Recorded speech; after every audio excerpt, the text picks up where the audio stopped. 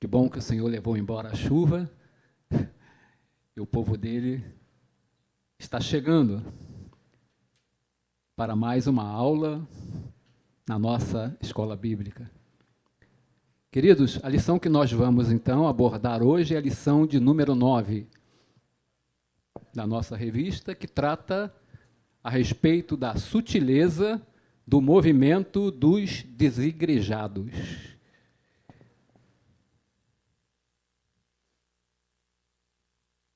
Lição número 9, a sutileza do movimento dos desigrejados. Amém? Então vamos começar com uma palavra introdutória, uma introdução que não é a da revista, mas para nos posicionar a respeito deste assunto. Primeiro vamos orar então ao Senhor. Senhor nosso Deus e nosso Pai, aqui estamos, Senhor, na Tua casa, para estudarmos a Tua palavra. Aqui Tu nos trouxeste, Senhor.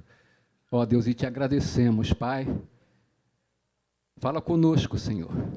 Ensina-nos, Pai.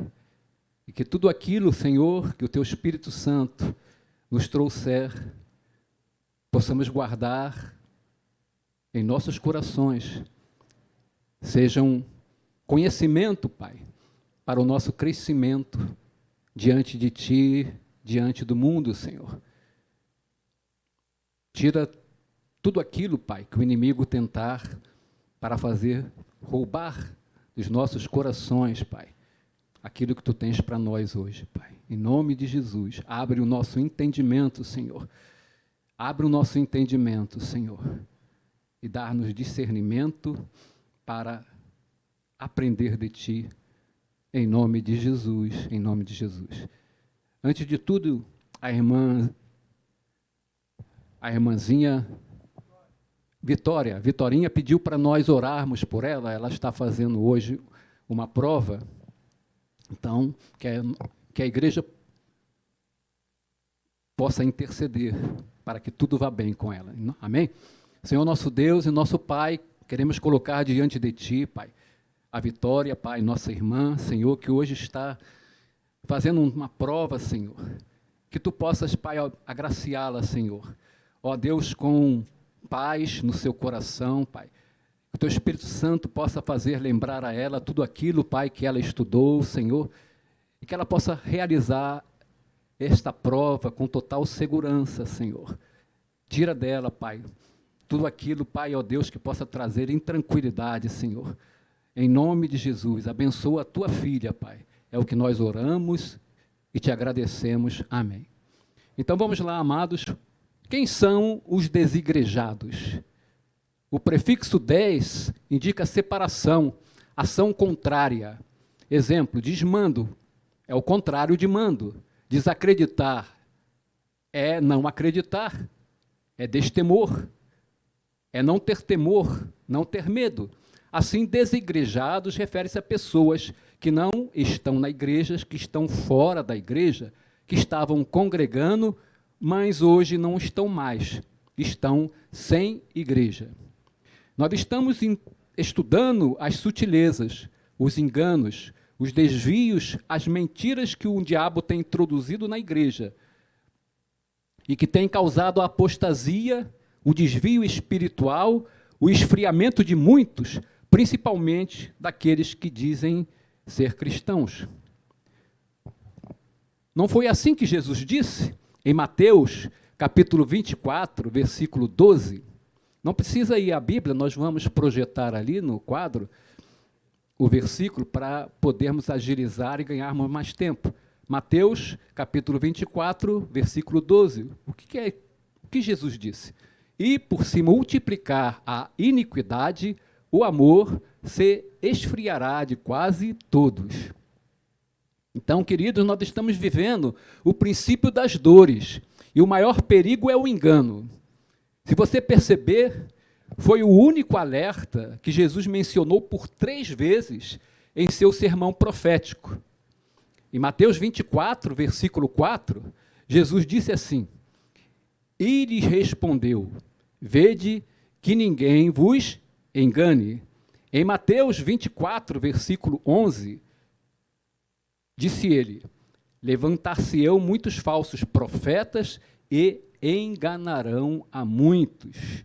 E em Mateus 24, versículos 23 e 24, ele voltou a dizer: porque surgirão falsos cristos e falsos profetas, operando grandes sinais e prodígios para enganar, se possível, os próprios eleitos. Então, o engano foi profetizado por Jesus desde aquele tempo, e é a arma que Satanás utiliza para realmente enganar os cristãos, os próprios eleitos, como disse o Senhor.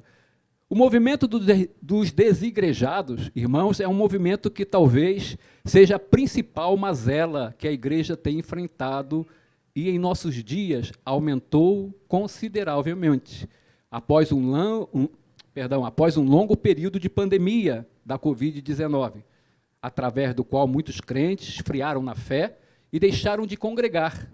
Por causa do lockdown, da impossibilidade do convívio social, as igrejas tiveram de realizar os seus cultos online, através da internet. Assim, muitos crentes se apegaram a isto e na lei do menor esforço, e também ao se deixarem dominar pelo desânimo, pela preguiça, deixaram de congregar, achando não ser mais necessário. Que o culto online bastaria, preencheria suas necessidades. Estatísticas têm mostrado, não sei se são verdadeiras, que somente 30% voltaram a congregar após a pandemia e que 70% estariam ainda se contentando com o culto online ou nem mesmo com isto, o esfriamento total. Mas, amados, o que é a igreja? A igreja é o povo de Deus formado originalmente por gentios e judeus que creram em Jesus. Quem fundou a igreja? Foi Jesus, através do seu sacrifício na cruz do Calvário. Mas a igreja já estava no projeto de Deus desde antes da fundação do mundo. Olha o que diz Efésios, capítulo 1, versículos de 3 a 5.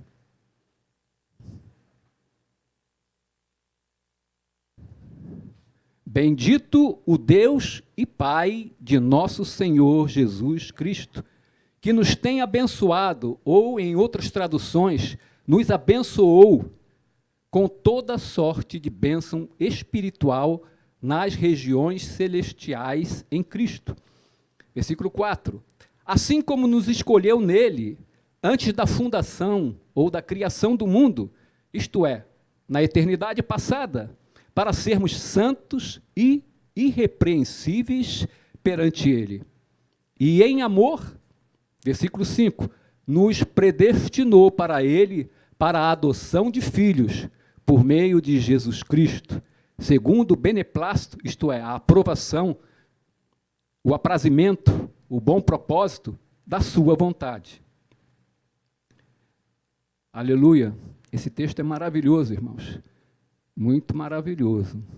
Nós vamos, então, aqui dar uma pausa em nossa introdução e procurar entender melhor este extraordinário trecho da Escritura. Amados, este capítulo, procuro lê-lo em casa, todo ele, entendê-lo e guardá-lo todo no teu coração. Este capítulo enfatiza a abundância de bênçãos que já recebemos como cristãos. E, normalmente, nós não atentamos para elas, não as valorizamos como deveríamos, e as quais são as principais e as mais maravilhosas bênçãos que o cristão pode ter, ou já tem. Nós já temos essas bênçãos, amém? Por quê? Porque a grande maioria de nós, dos cristãos, ficam buscando as bênçãos materiais desta terra, que são passageiras e que para nada aproveitam para a nossa vida em Cristo, pois são somente para o período em que estamos aqui. Mas as bênçãos espirituais é para toda a nossa vida, para toda a eternidade, para todo o nosso trajeto em Cristo Jesus. Bênçãos espirituais que ganhamos porque estamos em Cristo. Então fala muito dessa lição. Estamos em Cristo, estamos no corpo de Cristo, que é a igreja. Aleluia. Paulo nos informa que cada pessoa da Trindade, aqui neste versículo, nos abençoa, desde o versículo 1 ao versículo 14. E no final ele ora para que possamos entender essas bênçãos e o poder que elas têm em nossa vida. E que bênçãos são essas? Então vamos verificar esse trecho aí das Escrituras, que são maravilhosos mesmo. Primeiro, as bênçãos do Pai. Então ele fala a princípio das bênçãos do Pai. Em primeiro lugar, essas bênçãos vão do versículo 1 até o versículo 6. Em primeiro lugar, versículos 3 e 4. Ele nos escolheu. Deus nos escolheu. Nos tirou lá do mundo, dentre milhões e milhões de pessoas, nos escolheu para Ele. Essa é a maravilhosa doutrina da eleição, que não podemos entender em sua totalidade, mas da qual podemos usufruir totalmente. Crermos que Ele nos escolheu, tomarmos posse disso. Não tente entendê-la e interpretá-la a parte do ministério da graça. Deus não nos escolhe por nós mesmos, mas em Cristo, pela graça. Então é graça pura, é graça de Deus, é favor imerecido. Então essa é a primeira bênção que consta aí neste texto, a respeito do Pai. Em segundo, versículo 5, Ele nos adotou. Amém, amados? A eleição refere-se às pessoas, à predestinação de propósitos para essas pessoas. Deus nos elege para sermos, primeiramente, santos, isto é, separados para Ele, separados do mundo, separados do pecado. A seguir, determina certos propósitos pelos quais teremos de passar. Está lá em Romanos, capítulo 8, versículo 28 em diante. Sabemos que todas as coisas, exatamente, cooperam para o bem daqueles que amam a Deus. No Novo Testamento, adoção refere-se ao ato oficial em que um pai concede emancipação total a um filho, legalmente menor de idade. É dar a um membro da família todos os privilégios e bênçãos da maioridade. E não a adoção de alguém fora da família. Isso quer dizer que mesmo o mais jovem cristão tem tudo o que Cristo tem e é rico em graça. Aleluia. Deus, através da sua palavra, nos ensina, fazendo muitas comparações e usando, muitas vezes, metáforas. Então, no Império Romano, na família do Império Romano, um pai, quando nascia um filho, ele tinha o direito. A princípio, ele não reconhecia aquele filho, ele tinha um tempo em que ele oficialmente iria reconhecer aquela criança, aquele filho masculino, aquele homem, filho masculino, perdão, aquele filho, verdadeiramente como seu filho, oficialmente. Mas quando ele adotava um filho, quando aquele filho, então, era adotado, esse filho era reconhecido como herdeiro, tinha direito a todos os privilégios de um verdadeiro filho de carne. E esta adoção não poderia mais ser desfeita oficialmente. Aquele jovem, aquela criança adotada, seria sempre filho. O pai não poderia mais deserdá-lo, ele seria sempre filho. Amém, amados? Isso nos leva, então, a compreender que Cristo, quando nos adotou na sua família, Ele não abre mais mão de nós. Seremos sempre filho de Deus, sempre seu filho e herdeiro. Amém? Pela graça, como diz a Escritura. Deu para entender, queridos? Em terceiro lugar, Ele nos aceitou, está no versículo 6. Em Cristo somos feitos aceitáveis a Deus, mas não somos em nós mesmos. A epístola de Filemão apresenta, então, uma bela imagem dessa verdade. Paulo escreve lá em Filemão 17, ok? Que ele nos aceitou. Tem isso aí? Não. Filemão 17. Vamos lá em Filemão 17, amados? Eu esqueci de passar para a irmã ali. Filemão 17.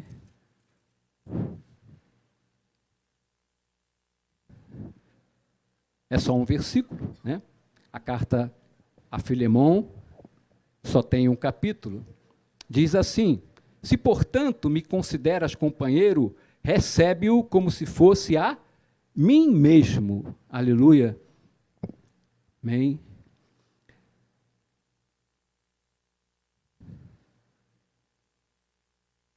Então, ali, Filemão era aceito como se fosse Paulo. Assim também, nós somos aceitos diante de Deus por causa de Cristo. Amém? Deus nos aceita porque estamos em Cristo. Então, Cristo nos recomenda ao Pai. Este aqui, agora, é como se fosse meu filho, é meu filho, e nós somos aceitos. Então, Deus nos aceitou como seu filho. Em segundo lugar, este texto nos mostra as bênçãos do Filho, dos versículos 7 ao 12. Em primeiro lugar, versículo 7, parte A, ele nos redimiu. Ele nos redimiu, aleluia. Então, Cristo comprou-nos da escravidão do pecado, ao dar a sua vida na cruz. Nós temos a redenção presente, em que ele nos libertou da condenação e do poder do pecado. E teremos também a futura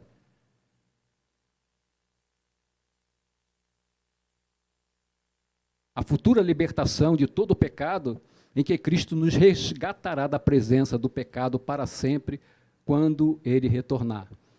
Então, Cristo comprou-nos da escravidão do pecado ao dar a sua vida na cruz. Está no versículo 7, parte A, na qual temos a redenção pelo seu sangue. Aleluia. A segunda bênção, aleluia, ele nos perdoou. Versículo 7, parte B. Então, temos a redenção pelo seu sangue e a remissão dos pecados, segundo a riqueza da sua graça. O significado literal da palavra remissão é mandar embora. O pecado é um fardo terrível que é mandado embora quando o pecador se volta para Cristo. Ele pôs esse fardo sobre si mesmo na cruz. Então, ele tomou o nosso maior fardo, que é o pecado, sobre ele. O bode expiatório levado ao deserto no dia da expiação, que se encontra lá em Levítico, capítulo 16, retrata isso. Aquele bode levava os pecados do pecador embora. Amém? Assim Cristo fez por nós. Tomou sobre si o fardo do pecado que saiu de nós. Nós ficamos libertos do pecado em nome de Jesus. Em terceiro lugar, ele revelou a vontade de Deus para nós, tá? Está revelado no versículo 8 a 10, que diz assim: que Deus derramou abundantemente sobre nós em toda sabedoria e prudência, desvendando-nos o mistério da sua vontade, segundo o seu beneplácito que propusera em Cristo, de fazer convergir nele, na dispensação da plenitude dos tempos, todas as coisas, tanto as do céu como as da terra. Então, nesse trecho aqui, mistério é a verdade divina, conhecida por meio da revelação. Apenas pelo povo de Deus. Só nós temos este mistério revelado. Em Cristo nós somos parte do propósito eterno de Deus, de fazer convergir nele todas as coisas. O mundo presente desmorona com a guerra, a discórdia e o pecado. Um dia, no entanto, Deus anunciará a nova criação, em que todas as coisas estarão unidas em Cristo para sempre. Aleluia. Em quarto lugar, a quarta bênção aqui do Filho, ele nos fez herança. Versículos 11 e 12 que diz, nele digo, no qual fomos também feitos herança, predestinados segundo o propósito daquele que faz todas as coisas, conforme o conselho da sua vontade, a fim de sermos para louvor da sua glória, nós, os que de antemão esperamos em Cristo.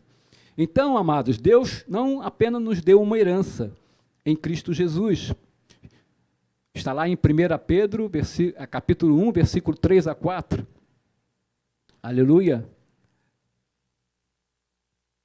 Mas também nos fez herança para Cristo. Um dia, vamos ler então o versículo, bendito Deus, 1 Pedro 1, 3, 4. Bendito Deus e Pai de nosso Senhor Jesus Cristo, que segundo a sua muita misericórdia nos regenerou para uma viva esperança, mediante a ressurreição de Jesus Cristo dentre os mortos, para uma herança incorruptível, sem mácula, imarcessível. Aleluia. Amém? Então nós um dia compartilharemos a glória dele, pois a igreja é seu corpo, é sua noiva e seu templo. Aleluia.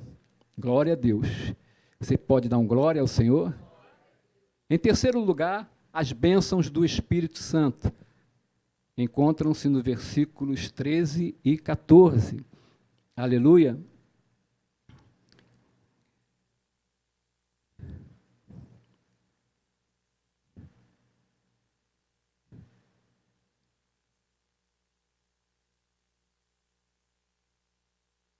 Diz assim, em quem também vós, depois que ouvistes a palavra da verdade, o evangelho da vossa salvação, tendo nele também crido, fostes selados com o Espírito da promessa, o qual é o penhor da nossa herança, até ao resgate da sua propriedade, em louvor da sua glória.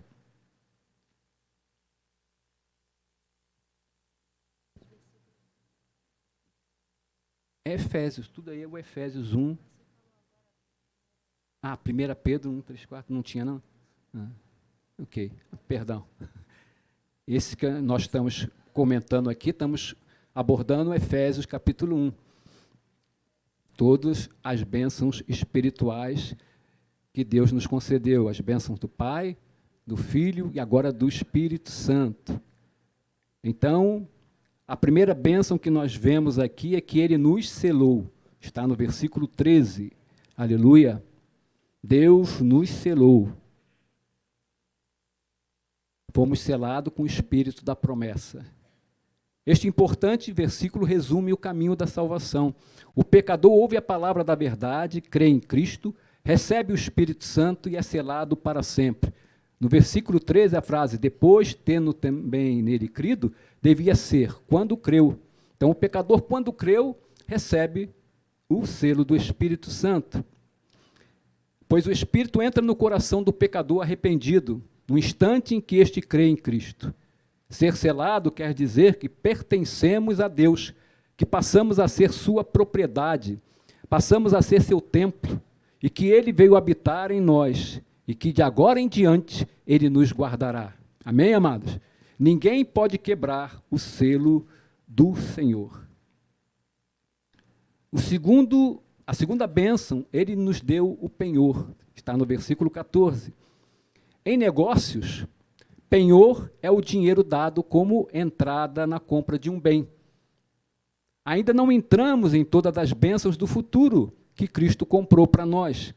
Deus nos enviou seu Espírito como penhor, que nos garante que vivenciaremos, a redenção total e que receberemos em glória todas as bênçãos prometidas por Ele.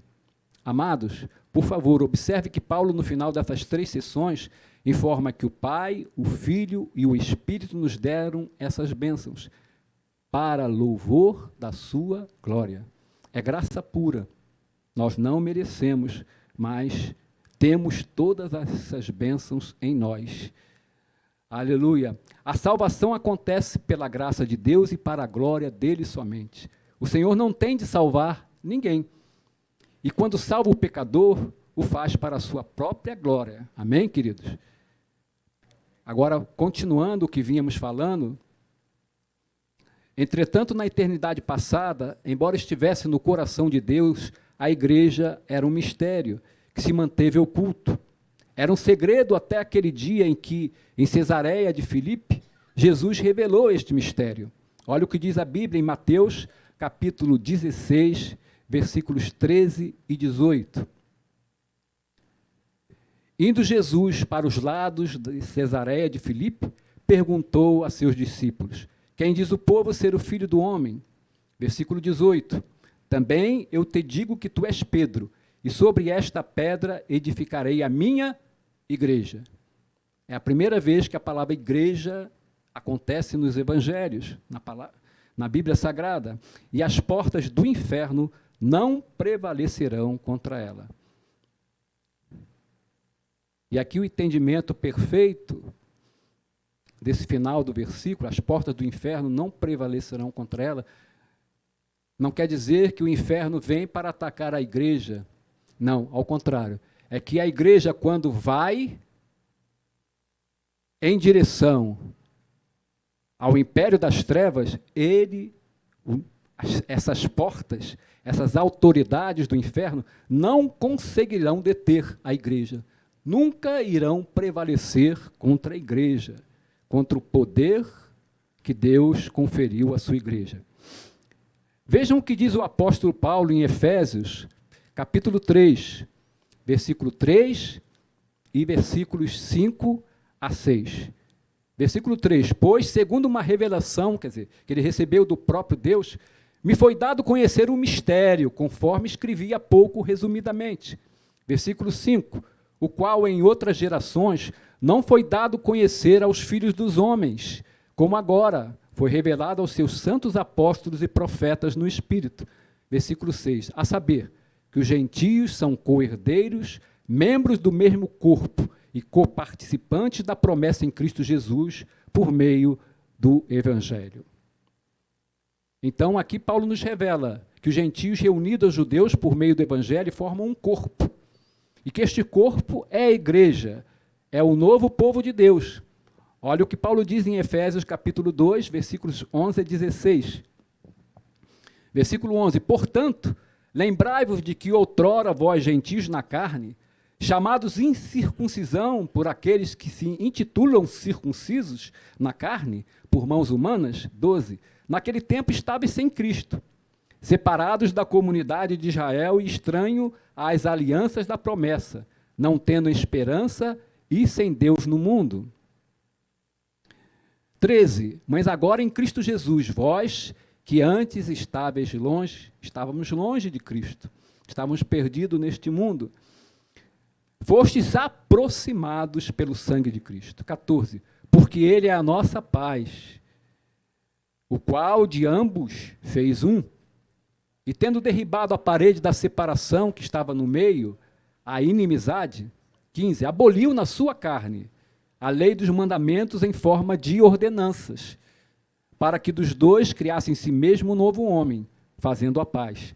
Amém, queridos? Que novo homem é esse? Os que tiveram, então, um novo nascimento, os remidos pelo sangue de Jesus. Versículo 16. E reconciliar-se ambos em um só corpo com Deus, por intermédio da cruz, destruindo assim por ela a inimizade. Então, queridos, a igreja é o povo formado por Cristo, para ter acesso e comunhão com Deus. A palavra igreja, eclésia ou eclesia no grego, significa uma assembleia, isto é, uma congregação, um povo reunido para fora. Somos os chamados e reunidos para fora do mundo. A igreja é um grupo de pessoas que formam um corpo, o corpo de Cristo, daqueles que foram salvos e remidos por Jesus Cristo. Amém, queridos? Então, quando nós falamos igreja, não estamos nos referindo a cada um de nós separadamente. Nós somos apenas membros desse corpo. Igreja é a assembleia. Igreja é a congregação. o corpo de Cristo.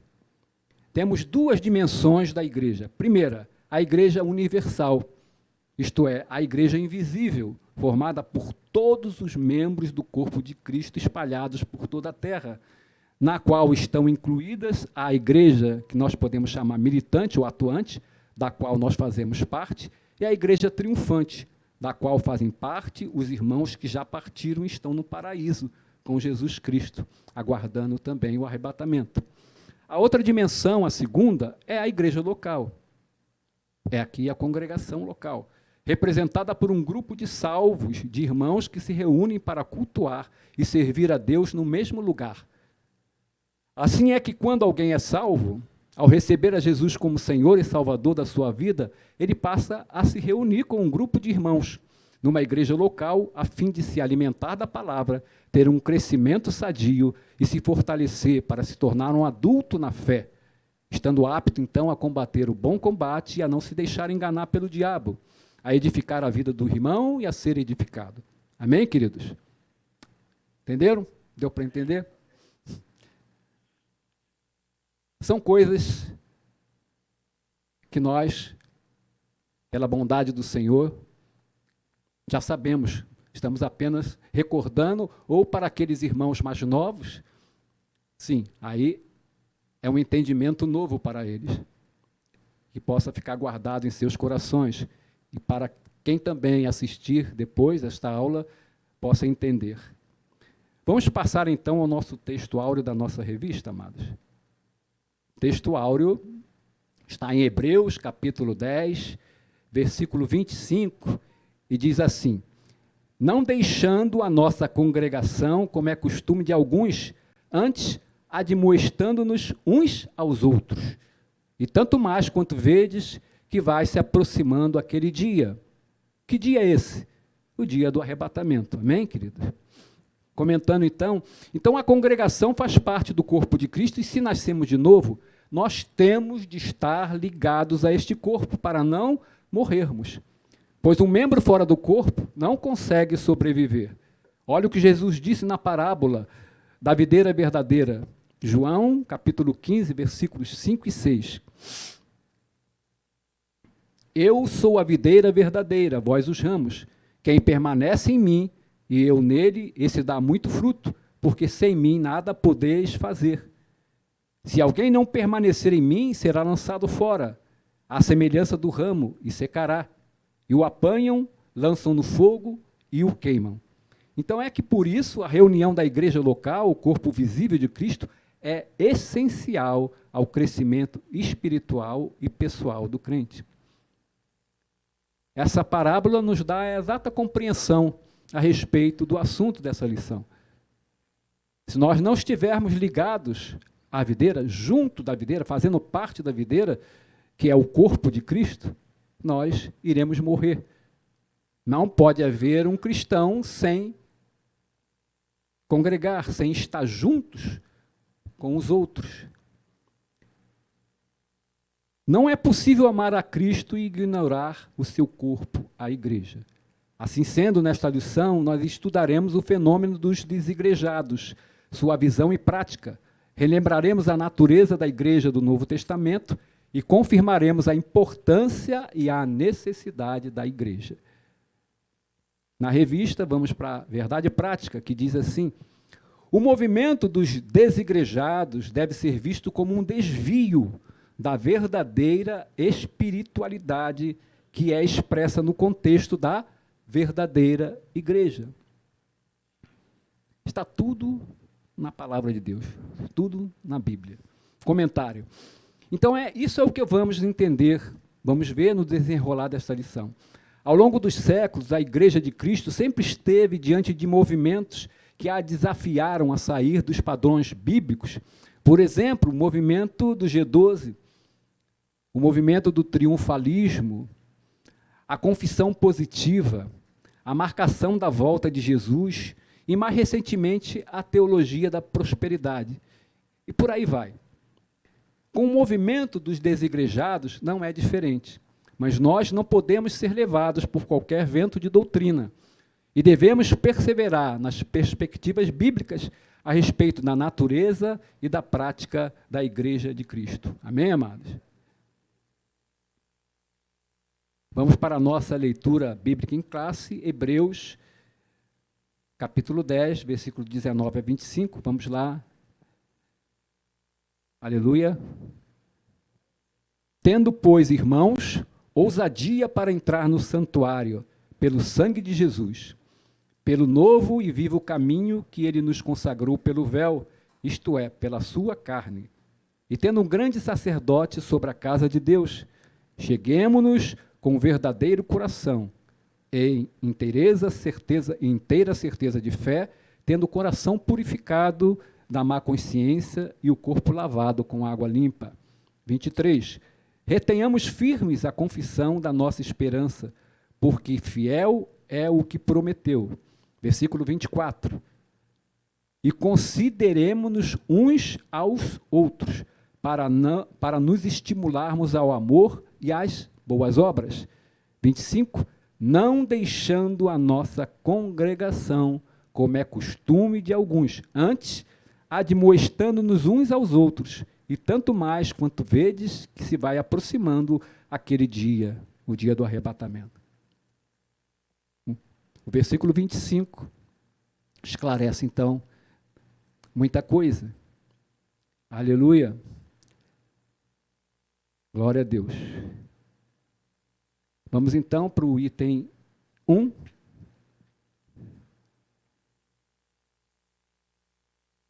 Primeiro, vamos ler a introdução.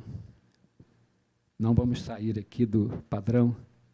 Introdução, então, vamos acompanhar. Nas últimas décadas, os desigrejados, ou os também conhecidos como os sem igreja, cresceram em escala exponencial. Então, um crescimento muito grande, absurdo. Muitos crentes fora da igreja, achando que assim podem servir a Deus, podem ser considerados cristãos.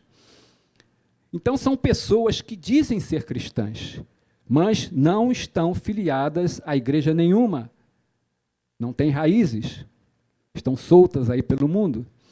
Paradoxalmente, esse grupo religioso, que diz não possuir hierarquia religiosa, código doutrinário, nem tampouco nenhuma estrutura arquitetônica onde possa se reunir, diz ser o legítimo modelo da igreja do Novo Testamento. Nesse aspecto, acredita reproduzir os cristãos primitivos. Olha só como eles pensam.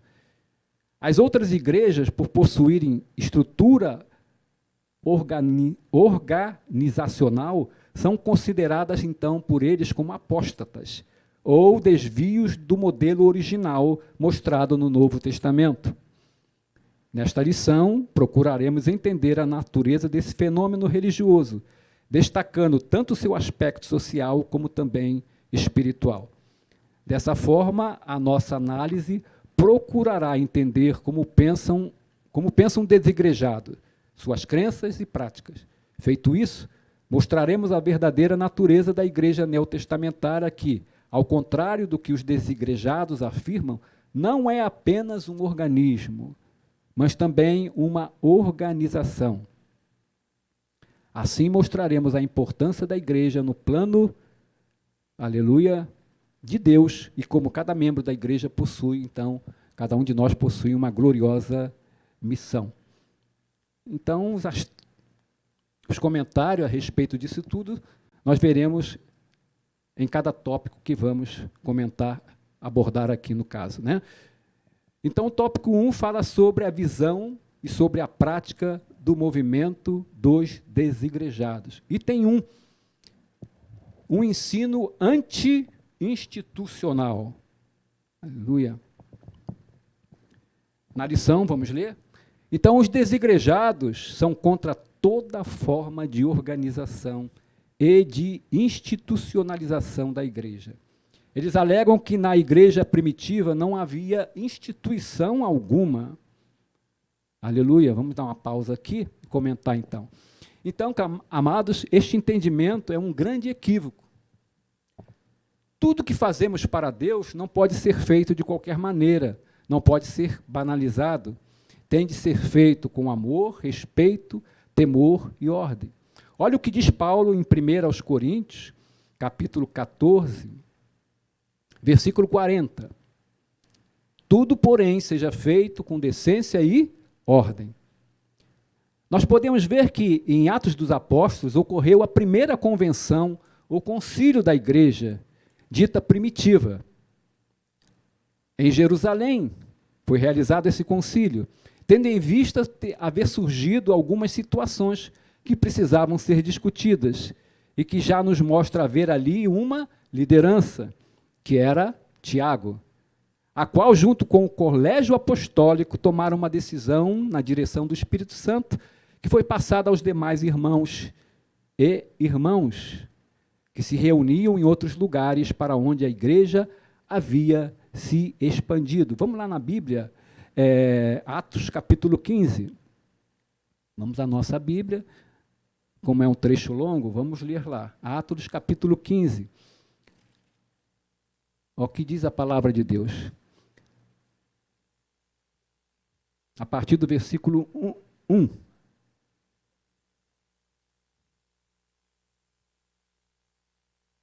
Alguns indivíduos que desceram da Judéia ensinavam aos irmãos: se não vos circuncidardes, segundo o costume de Moisés, não podeis ser salvos. Tendo havido da parte de Paulo e de Barnabé contenda e não pequena discussão com eles, resolveram que esses dois e alguns outros dentre eles subissem a Jerusalém aos apóstolos e presbíteros com respeito a esta questão.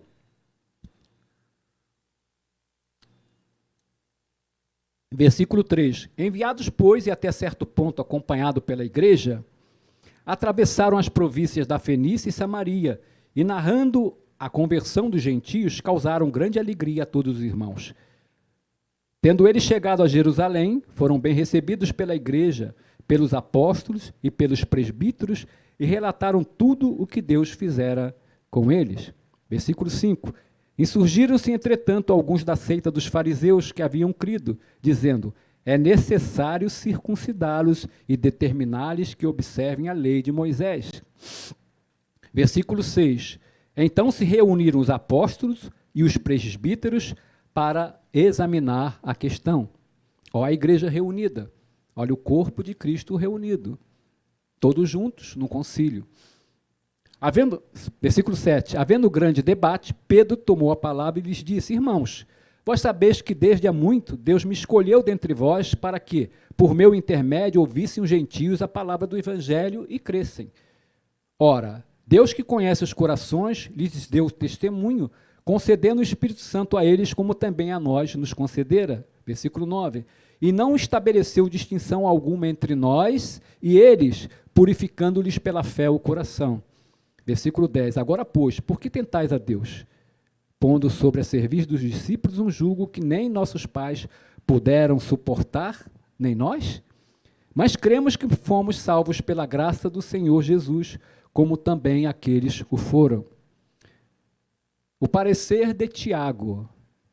Então, um homem ali, que era a liderança da igreja de Jerusalém, havia uma liderança, iria, ao final, dar um parecer, juntamente com os outros. Versículo 12. E toda a multidão silenciou, passando a ouvir a Barnabé e a Paulo, que contavam quantos sinais e prodígios Deus fizera por meio deles entre os gentios. Depois que eles terminaram, falou Tiago, dizendo: irmãos, atentai nas minhas palavras. Expôs Simão como Deus primeiramente visitou os gentios a fim de constituir dentre eles um povo para o seu nome. Conferem com isto as palavras dos profetas, como está escrito. 16. Cumpridas estas coisas, voltarei e reedificarei o tabernáculo caído de Davi, e levantando de suas ruínas, restaurá-lo-ei. 17. Para que os demais homens busquem o Senhor, e também todos os gentios sobre os quais tem sido invocado o meu nome. Diz o Senhor que faz estas coisas conhecidas desde séculos. Versículo 19. Pelo que julgo eu, não devemos perturbar aqueles que dentre os gentios se convertem a Deus, mas escrever-lhes que se abstenham das contaminações dos ídolos, bem como das relações sexuais ilícitas, da carne de animais sufocados e do sangue, porque Moisés tem em cada cidade, desde tempos antigos, os que o pregam nas sinagogas, onde é lidos todos os sábados. Então aí reuniram-se a igreja, os irmãos juntamente, e uma liderança havia aí na igreja de Jerusalém, Tiago. Amém? E tomaram uma decisão que foi, então, levada a todas as outras igrejas fora de Jerusalém. Amém, queridos? Não vamos ler tudo, não, que não é necessário. Então, nós podemos perceber que a instituição igreja e a existência de lideranças já se fazia presente logo no início da igreja, como neste relato do livro de Atos dos Apóstolos. Vamos, então, continuar na revista. Aleluia. Dizem que a institucionalização da igreja só começou quando Constantino, o imperador romano, assumiu as rédeas da igreja e a converteu numa organização. Assim, a igreja passou a ter um clero, um código doutrinário e um credo que passou a regulamentá-la. Para eles, os desigrejados, nada de regras, sermões e muito menos organização institucional. Da mesma forma, alegam que toda forma de estrutura arquitetônica, como templos, são inovações desse cristianismo apóstata. Na visão dos desigrejados, a igreja não necessita de estrutura formal alguma. Ela pode, por exemplo, ser encontrada em uma lanchonete ou em um café da esquina, quando dois desigrejados se encontram. Vamos dar uma parada, um comentário. Não é verdade, amados. Como já comentamos, em tudo para com Deus deve existir ordem e decência. Como adorar e cultuar a Deus num ambiente profano, não separado e consagrado a Deus, em meio a pessoas profanas. A Igreja de Cristo precisa de um ambiente separado para a comunhão. Não há cristianismo verdadeiro sem comunhão. Isso porque a igreja é um corpo. Olha o que diz 1 aos Coríntios, capítulo 12, versículo 27. Ora, vós sois corpo de Cristo, e seus membros em particular. Então, ser igreja envolve contato. Amém? Se somos membros do corpo de Cristo, os dedos têm que estar unidos à mão, a mão ao braço, o braço ao antebraço. Todos os membros estão no corpo, uns unidos ao outro. É uma metáfora que nos faz entender perfeitamente o que é ser igreja, o que é ser corpo de Cristo. Após sua ressurreição, Jesus desafiou Tomé a tocá-lo. Olha o que ele diz lá em João, capítulo 20, versículo 27. Depois disse a Tomé, põe aqui o teu dedo e vê as minhas mãos. Chega a tua mão e põe-na no meu lado. Contato. Amém? Na igreja de Cristo as pessoas são de carne e osso e se abraçam, se tocam e não apenas se veem e se ouvem. A igreja local é um local de encontro e comunhão e de união. Aleluia. Continuando na nossa revista, aleluia. É evidente que a igreja existe fora de uma estrutura física e arquitetônica, contudo, a não utilização de templos por parte de dos cristãos primitivos, se deu por razões contextuais. Amém, queridos? Vamos lá, em Atos, capítulo 1, de 12 a 14. Olha o que diz. Então voltaram para Jerusalém do monte chamado Olival. Voltaram após a assunção de Cristo, né? A volta de Cristo ao céu, que dista daquela cidade tanto como a jornada de um sábado.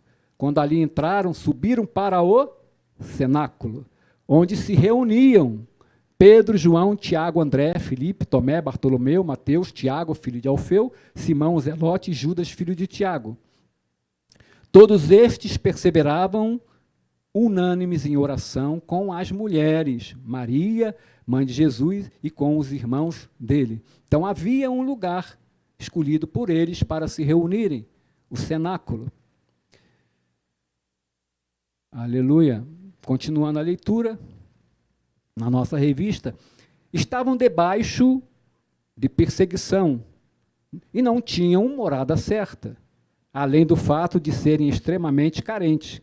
Então, naquele contexto, a igreja nos lares era perfeitamente justificável.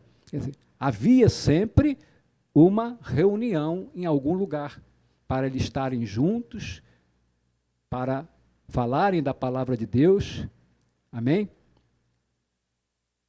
Para se reunirem e serem edificados, aleluia. Romanos, capítulo 16, versículo 3 a 5, diz assim: saudai Priscila e Áquila. Quem eram estes, Priscila e Áquila? Eram os líderes da igreja local ali, em Roma. Que Paulo continua dizendo, meus cooperadores em Cristo Jesus. Paulo saía pregando a palavra, chegava a um lugar, pregava a palavra, vidas se convertiam, e antes dele sair dali daquele lugar, ele deixava lideranças cuidando da sua igreja após a sua partida. Continuando então no versículo, os quais pela minha vida arriscaram a sua própria cabeça, e isto lhes agradeço, não somente eu, mas também todas as igrejas dos gentios. Saudai igualmente a igreja que se reúne na casa deles. Saudai meu querido Epêneto, primícias da Ásia para Cristo. Aleluia. Vamos continuar então a leitura na revista. Glória a Deus. Contudo, não há nada na Bíblia que deponha contra o uso de templos ou casas de oração. Se o propósito de um templo é congregar o povo para adorar ao Senhor, o que há de mal nisso? Aleluia. Vamos para o item 2, um ensino anticlerical.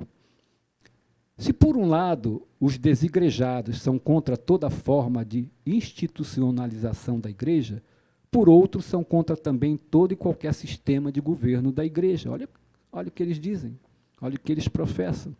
Então, isto significa que os sem igreja são contra, por exemplo, presbíteros, diáconos, bispos e pastores. Mas, olha o que diz Efésios, capítulo 4, versículo 11 ao 14. Aleluia. E ele mesmo, Cristo, concedeu uns para apóstolos, outros para profetas, outros para evangelistas e outros para pastores e mestres. O próprio Senhor concedeu. Versículo 12, com vistas ao aperfeiçoamento dos santos, para o desempenho do seu serviço, para a edificação do corpo de Cristo. Versículo 13, até que todos cheguemos à unidade da fé e do pleno conhecimento do Filho de Deus, à perfeita varonilidade, à medida da estatura da plenitude de Cristo. 14, para que não mais sejamos como meninos, agitados de um lado para o outro e levados ao redor, por todo o vento de doutrina, pela artimanha dos homens, pelas astúcias com que eles induzem ao erro. Amém, queridos? Então, foi o próprio Senhor que instituiu na sua igreja os presbíteros, os diáconos, os bispos e pastores, cada um com uma determinada função, para que esse corpo possa caminhar em ordem, possa ser edificado. Aleluia. Continuando a revistinha, eles acreditam que na igreja primitiva não havia organização nenhuma. Vimos aqui pura mentira, puro engano. Como se está na Bíblia, eles então não recebem e obedecem e creem? Não entendo. Aleluia. Então eles acreditam que na igreja primitiva não havia organização nenhuma e muito menos qualquer estrutura clerical. Comentando então, ora, todo este relato de Efésios está de acordo com o procedimento da igreja primitiva. Quem instituiu os diáconos? Não foram os apóstolos, os primeiros líderes instituídos por Jesus? Quem foram os primeiros evangelistas, bispos e pastores da igreja primitiva? Não foram os próprios apóstolos? e que, por sua vez, à medida que iam fundando outras igrejas, não iam ordenando líderes sobre elas? Aleluia! A Bíblia esclarece tudo isso, amados. Não nos deixa em dúvida. Continuando, então, na revista, na verdade, os desigrejados não gostam de estar debaixo de liderança alguma. Comentando, então, como alguém que se diz cristão pode pensar assim? Pois para haver ordem e decência, se faz necessário haver hierarquia. Alguém que lidere e alguém que obedeça. Foi o próprio Deus quem instituiu, não só no mundo natural, mas também no mundo espiritual. A Bíblia nos fala a respeito de anjos, mas fala também a respeito de arcanjos. E o que é um arcanjo? É um anjo-chefe, que, portanto, lidera sobre os simplesmente anjos. E o que a palavra de Deus nos fala em Efésios, capítulo 6, versículo 12? Diz assim: porque a nossa luta não é contra o sangue e a carne, e sim contra os principados e potestades, contra os dominadores deste mundo tenebroso, contra as forças espirituais do mal nas regiões celestes. Então, aqui o que nós vemos é a hierarquia do reino das trevas, os diversos níveis de liderança. Porque Deus, que é soberano e pode todas as coisas, quando quis destruir seu povo rebelde no deserto, falou com Moisés primeiro. Ele não precisaria.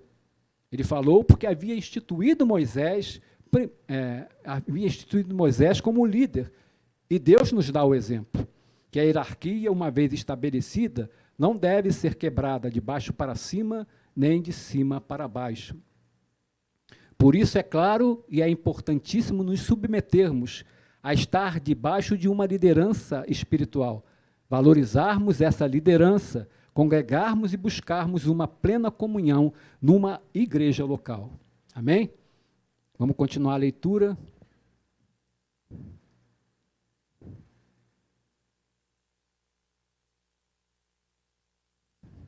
Da mesma forma que são contra o institucionalismo e toda forma de estrutura arquitetônica para a igreja, não aceitam que alguém esteja na posição de autoridade sobre eles. Acreditam que, agindo assim, estão vivendo de acordo com o modelo da igreja primitiva. Comentando, então, não estão. Como eles podem deixar de considerar o ensino, o relato de Atos, que trata da igreja primitiva, que nos mostra que Tiago era o líder da igreja de Jerusalém, que Paulo era um fundador de igreja, nos quais deixava um pastor à frente delas, e funcionava como um bispo, supervisionando-as e corrigindo os erros e desvios de doutrina, dos quais ele era informado e tinha conhecimento. Que João era também um bispo e foi também pastor em Éfeso. Hebreus, capítulo 13, 17, nos deixa claro essa questão. Aleluia!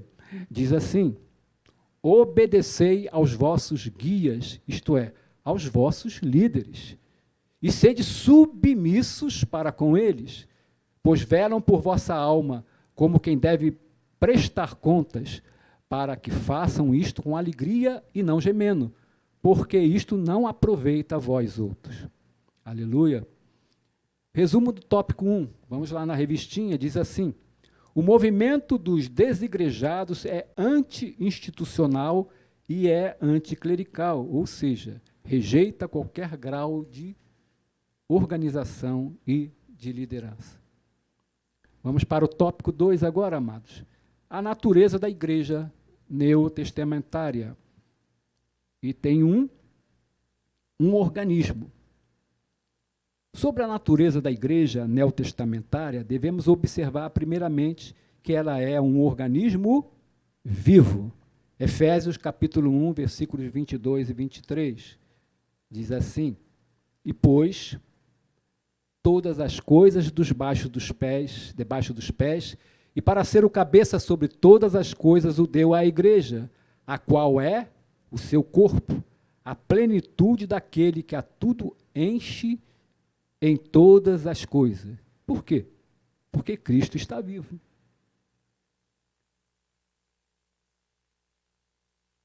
Aleluia! Porque Cristo está vivo.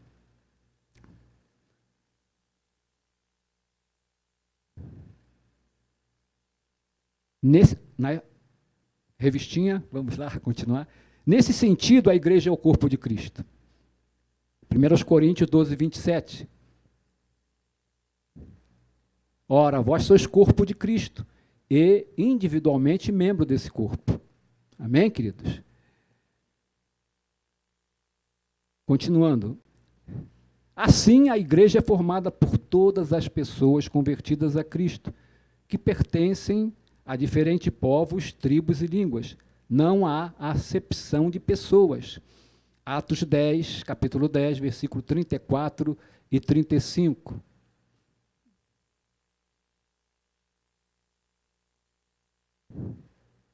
Então falou Pedro dizendo: reconheço por verdade que Deus não faz acepção de pessoas. Pelo contrário, em qualquer nação, aquele que o teme e faz o que é justo, lhe é aceitável. Glória a Deus. Continuando a leitura. Então, como um organismo vivo e espiritual, a igreja existe a parte de estatutos, templos ou qualquer estrutura social ou governamental humana. Aleluia. Amém, amados? Então, como organismo vivo, a igreja também, ela existe fora aqui dessa estrutura arquitetônica onde nós nos reunimos. É a igreja universal, a igreja que está espalhada por todo mundo, porque ela é um organismo vivo. Faz parte do corpo de Cristo, e Cristo está vivo. Comentando, a igreja, então, é um organismo vivo porque Cristo, que é a sua pedra fundamental, a pedra de esquina, a pedra fundamental, está vivo. E o seu corpo, que é a sua igreja, e nele está fundamentado e apoiado, também é composto de pedras vivas, como revelado em 1 Pedro, capítulo 2, versículo 5. Diz assim: também vós mesmos, como as pedras que vivem, ou pedras vivas, em outras traduções, sois edificados casa espiritual para serdes sacerdócio santo, a fim de oferecerdes sacrifícios espirituais agradáveis a Deus por intermédio de Jesus Cristo. Então, a igreja é um organismo vivo. Aleluia. Aleluia. Continuando a leitura. Ela existe, por exemplo, fora das estruturas arquitetônicas. Contudo, possuir essas estruturas físicas, hoje não constitui um pecado ou desvio do Evangelho, como quer nos fazer acreditar os desigrejados. A repulsa dos sem igrejas pelas estruturas arquitetônicas ou por qualquer forma institucional se dá mais por razões de insubmissão do que zelo pelo Evangelho. Então, não é nenhum zelo pelo Evangelho, é uma submissão à palavra de Deus, a tudo que está escrito, esclarecido e revelado nas Escrituras, principalmente no livro de Atos e em todos esses outros versículos que nós temos lido aqui. Não dá para compreender a compreensão dos desigrejados, dessas pessoas. Não dá para entender. Nós que lemos, que estudamos e que, pela glória de Deus e graça de Deus, aqui temos aprendido a palavra de Deus, isso nos soa como um absurdo, não é verdade? Se você concorda, diga amém. Amém? É um absurdo, gente. É algo que está tão patente na palavra de Deus, nas Escrituras, né? Na parábola da videira, está patente ali, uma compreensão fácil. Não sei como eles pensam dessa forma. Vamos para o item 2, uma organização. Lá na nossa revistinha. Os desigrejados alegam pertencer à igreja puramente orgânica. Contudo, biblicamente, não existe organismo sem organização, função sem forma, e igreja sem um mínimo de institucionalização. Assim como o corpo humano, que é um organismo vivo, contudo organizado, a igreja também possui organização. A igreja primitiva, por exemplo, tinha um sistema de governo, formado por apóstolos, profetas, evangelistas, presbíteros, diáconos, pastores e mestres. Vamos lá em Atos, capítulo 6, versículo 1. Atos capítulo 6, versículo de 1 a 6, diz assim, aleluia. Ora, naqueles dias, multiplicando-se o número dos discípulos, houve murmuração dos helenistas contra os hebreus, porque as viúvas deles estavam sendo esquecidas na distribuição diária. Então os 12 convocaram a comunidade dos discípulos e disseram, não é razoável que nós abandonemos a palavra de Deus para servir às mesas. Mas, irmãos, escolhei dentre vós 7 homens de boa reputação, cheios do espírito de sabedoria, aos quais encarregaremos deste serviço. E quanto a nós, nos consagraremos à oração e ao ministério da palavra. O parecer agradou a toda a comunidade e elegeram Estevão, homem cheio de fé e do Espírito Santo, Filipe, Prócoro, Nicanor, Timão, Pármenas e Nicolau, prosélito de Antioquia. Apresentaram-nos perante os apóstolos e estes, orando, lhes impuseram as mãos. Aleluia. Amém, amados? Aleluia. A palavra esclarece tudo para nós, né? Continuando na revista, essa mesma igreja possuía seu código doutrinário. Está lá em Atos 2, capítulos de 42 a 47. Atos 2, capítulo 42 a 47. E perseveravam unânimes, e perseveravam na doutrina dos apóstolos, na comunhão, no partir do pão e nas orações. Em cada alma havia temor, e muitos prodígios e sinais eram feitos por intermédio dos apóstolos.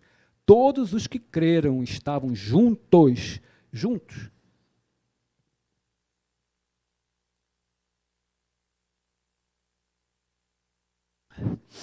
E não um em Madureira, outro em Cascadura, outro em Bangu, estavam juntos. E tinham tudo em comum. Vendiam as suas propriedades e bens, distribuindo o produto entre todos à medida em que alguém tinha necessidade. 46. Diariamente perseveravam unânimes aonde? No templo. Se reuniam num templo, partiam pão de casa em casa e tomavam as suas refeições com alegria e singeleza de coração. E quando também não estavam no templo, estavam em alguma casa se reunindo e partindo pão, celebrando a ceia de Jesus. 47. Louvando a Deus e contando com a simpatia de todo o povo. Enquanto isso, acrescentava-lhes o Senhor dia a dia os que iam sendo salvos. Aleluia. E também, então, código doutrinário e outro disciplinar. 1 Pedro 3, capítulo 3, de 5 a 6. Diz assim a palavra de Deus. Pois foi assim também que a si mesmas se ataviaram outrora as santas mulheres que esperavam em Deus, estando submissas a seu próprio marido, como fazia Sara, que obedeceu a Abraão, chamando-lhe Senhor, da qual vós vos tornastes filhas, praticando o bem e não temendo perturbação alguma. Havia então uma hierarquia, um código de disciplina, tanto no lar como na igreja. Tanto no lar como na igreja. 2 Tessalonicenses, capítulo 3, versículo 6. Nós vos ordenamos, irmãos, em nome do Senhor Jesus Cristo, que vos aparteis de todo irmão que ande desordenadamente, não seguindo a tradição, quer dizer, o ensino, de que de nós vocês receberam, de que de nós recebeste. O que é desordenadamente? É uma linguagem militar relacionada ao soldado quando na marcha. É estar fora de posição ou fora do seu posto. Aquele que se desvia de ordem ou regra prescrita, isto é, fora da palavra, que não está aceitando, não está obedecendo a palavra para a sua vida. Amém, amado? Então havia regras, códigos, todos baseados na palavra do Senhor, para a igreja, para cada um dos membros que formavam a Igreja de Jesus Cristo. Continuando na revistinha, ninguém vivia isoladamente e da maneira que queria. Hebreus, capítulo 10, 25. Faz parte lá da nossa leitura, lá no início, né? Não deixemos de congregar-nos, como é costume de alguns.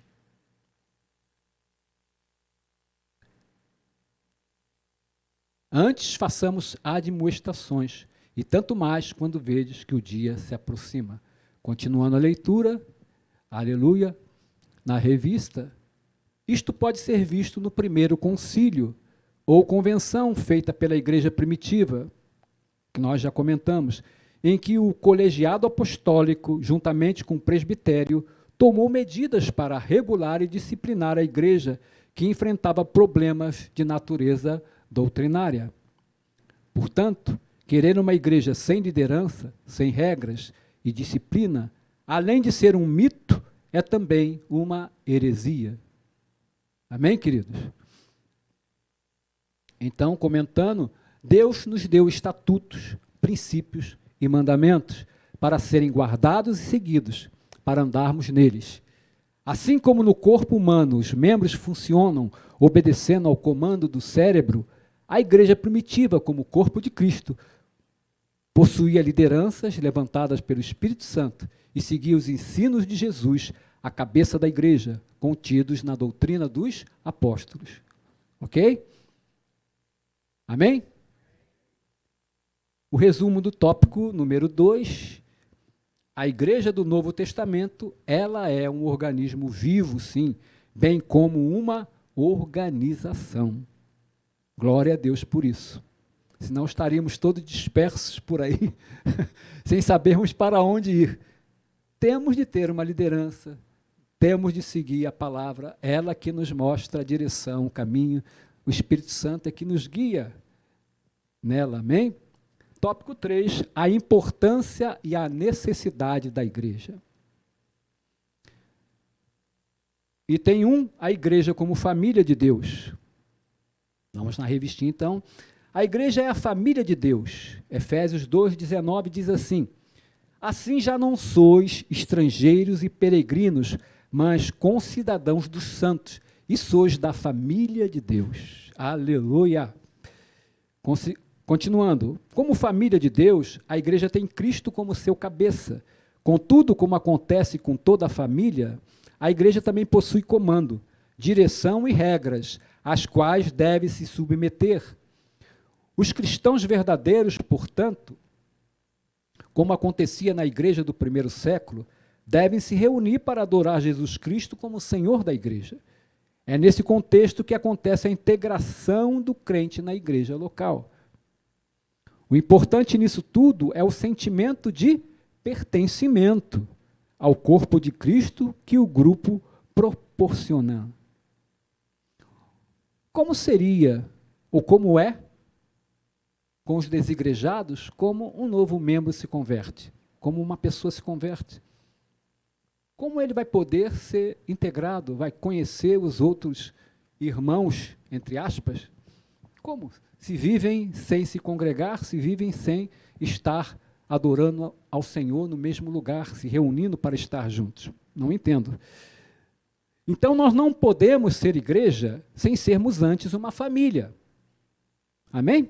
Família mora num determinado lugar, mora num lar, numa casa, onde estão ali o pai, a mãe e os filhos. Senão, não vai ser uma família. Se o filho nasce e é separado do pai e da mãe, cada um em um lugar, como eles vão se considerar uma família? Não há como. Nesse aspecto, a igreja deve discipular seus membros e fomentar a comunhão uns com os outros. O sentimento de irmandade, respeito e reconhecimento mútuo deve dominar o ambiente da igreja local. Amém, amado? Glória a Deus por isso. Glória a Deus por isso. Nós devemos dar graças ao Senhor por aqui vivenciarmos esta verdade. Efésios capítulo 2, versículo 15 e 16. Não, perdão.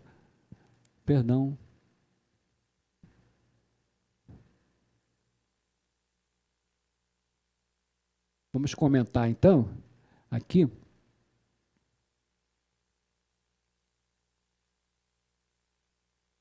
Comentário, então, a respeito desse item. Então, sem haver a integração do novo crente na igreja local, ele não viverá o sentimento de pertencimento, de união, de congraçamento ao corpo de Cristo que o grupo proporciona, nem o sentimento da irmandade, respeito e reconhecimento mútuo que domina esse ambiente da igreja, que deve dominar esse ambiente da igreja local, como aqui nós podemos observar, que o faz então aprender a vivenciar a comunhão com os demais irmãos, tornando-se parte dessa nova família a que passa a pertencer à igreja de Jesus Cristo. Essa é a verdadeira igreja. Aleluia. Item 2, a igreja como testemunha da salvação. Se por um lado o apóstolo Paulo chamou a igreja de família de Deus, versículo Efésios 2, 9, que nós já lemos, por outro, esse mesmo apóstolo apresentou com que fim essa família foi criada. Aleluia. Vamos ler Efésios 3:10. Aleluia.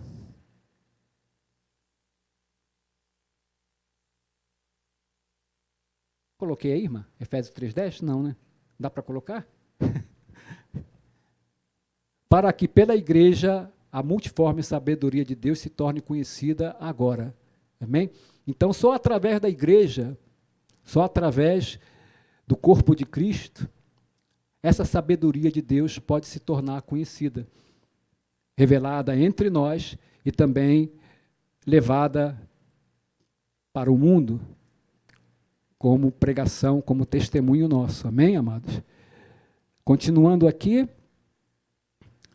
o versículo, perdão, está aqui escrito na revistinha. Para que agora, pela igreja, a multiforme sabedoria de Deus seja conhecida dos principados e potestades nos céus. Amém. Continuando, Deus criou a igreja com o propósito de ser uma família, cuja missão é proclamar a sua abundante graça. De fato, o apóstolo Pedro disse que a missão da igreja é proclamar as virtudes daquele que nos chamou das trevas para a sua maravilhosa luz. 1 Pedro 2,9. Vós, porém, sois raça eleita, sacerdócio real, nação santa, povo de propriedade exclusiva de Deus, a fim de proclamardes as virtudes daquele que vos chamou das trevas para a sua maravilhosa luz. Continuando, na revista, a razão de a igreja existir, além do fato de promover adoração, companheirismo e integração, está na sua missão de pregar a salvação. Aleluia. Aleluia. Comentando então, quando prestamos culto ao Senhor no templo, o Espírito de Deus ali presente estabelece uma comunhão entre os irmãos de tal forma que a igreja se torna uma comunidade edificante. Na evangelização, a igreja focaliza o mundo. Na adoração, ela se volta para Deus e na edificação, ela atenta corretamente para si mesma.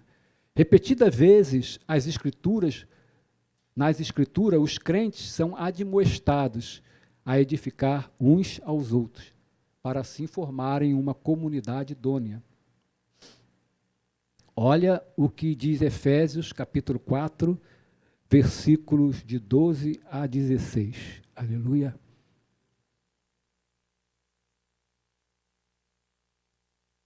Com vistas ao aperfeiçoamento dos santos, para o desempenho do seu serviço, para a edificação do corpo de Cristo.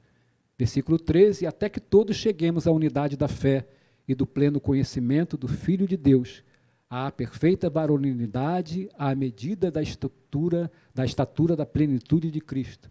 14, para que não mais sejamos como meninos agitados de um lado para o outro, e levados ao redor por todo o vento de doutrina, pela artimanha dos homens, pela astúcia dos que induzem ao erro. 15, mas seguindo a verdade em amor, cresçamos em tudo naquele que é a cabeça, Cristo. 16, de quem todo o corpo, bem ajustado e consolidado pelo auxílio de toda junta, segundo a justa cooperação de cada parte, efetua o seu próprio aumento para a edificação de si mesmo em amor. Aleluia. Maravilhoso esse versículo, não? Muito maravilhoso.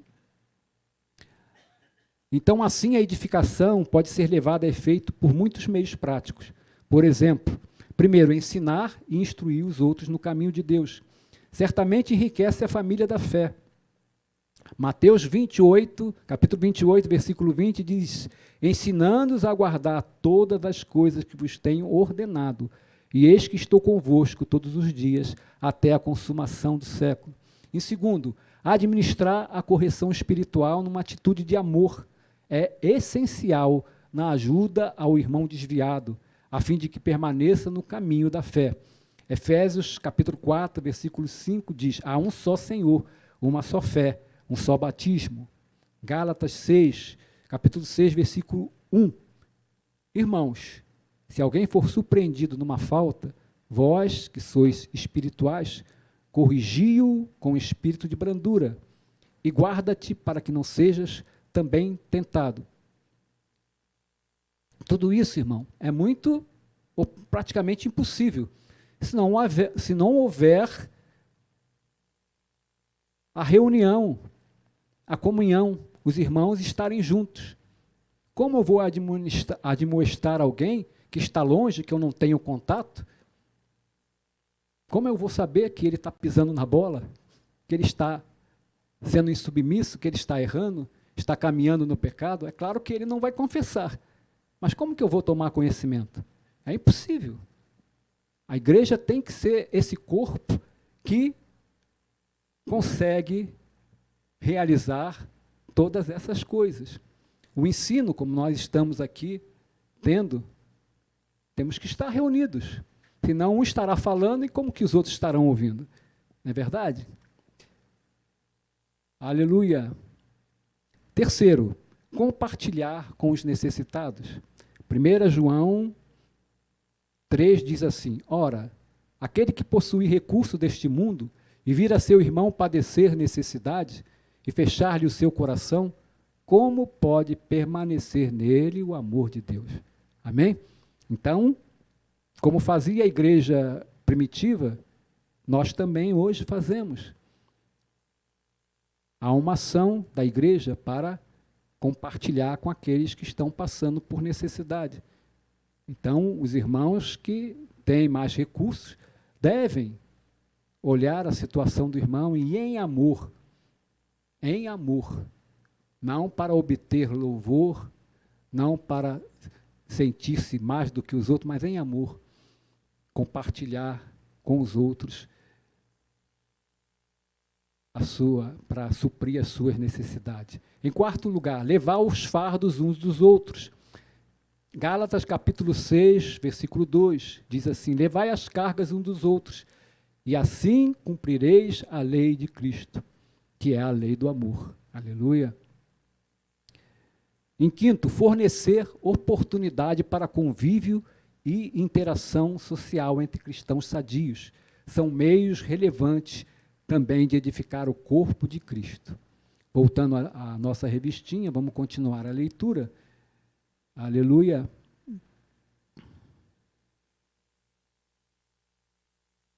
A igreja pode existir em um templo, mas a sua missão só se completa fora dele. Não há igreja que seja bíblica e exista somente dentro de 4 paredes. Comentando então, amados, a grande e verdadeira missão da Igreja de Cristo é ser uma igreja missionária em sua essência, valorizando o ID de Jesus. Todos nós fomos comissionados pelo Senhor para sermos seus cooperadores na obra de evangelização. O Espírito Santo nos envia para sermos suas testemunhas, aonde nós estivermos. Assim, nosso ministério deverá ser desenvolvido, primeiramente, no nosso próprio lar, também diante dos nossos vizinhos e parentes, nas escolas, nas faculdades, em nosso local de trabalho e assim por diante, para onde o Espírito de Deus nos enviar. Amém, amados? Essa é a missão principal da Igreja de Cristo. Evangelizar. ser testemunha, ser sal e ser luz. O resumo do tópico 3, vamos ver o que diz. A igreja é a família de Deus, testemunha da salvação em Cristo. Vamos ler a conclusão na nossa revista. Então, nesta lição, vimos como os desigrejados pensam e agem com relação à igreja.